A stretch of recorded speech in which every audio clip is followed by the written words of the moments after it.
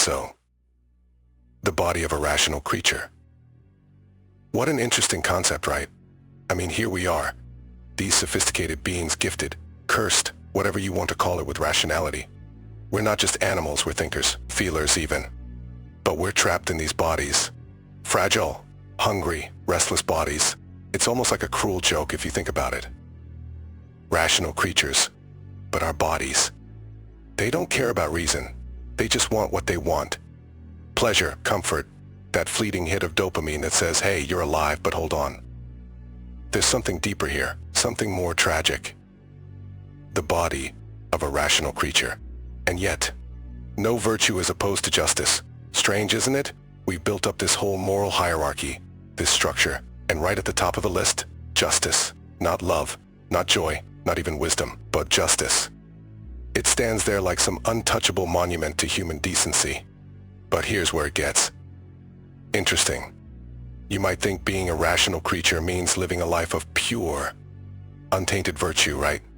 Like you're some moral superhero who's immune to temptation, above all the primal instincts. But then the real question comes, what are we resisting?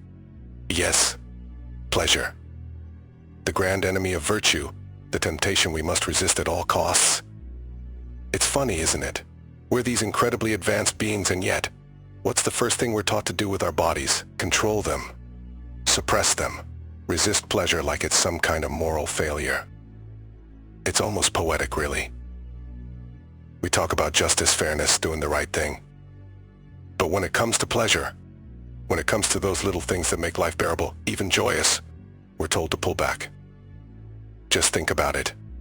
How many times have you found yourself denying the simple pleasures of life? That piece of cake, because you're on some self-imposed diet. That lazy afternoon, because you should be doing something productive. You could almost say that resisting pleasure has become the modern badge of honor. But, have you ever wondered why? Here's the twist. It's not really about justice, is it? It's about control. Not control over the world, not over others, but control over ourselves. They call it self-control. Sounds noble, doesn't it? But let's think about that for a second. Self-control. What a beautifully tragic concept. It's that quiet little voice in your head that says, don't enjoy too much. Don't indulge. You're better than that, but better than what? Better than happiness? Better than pleasure?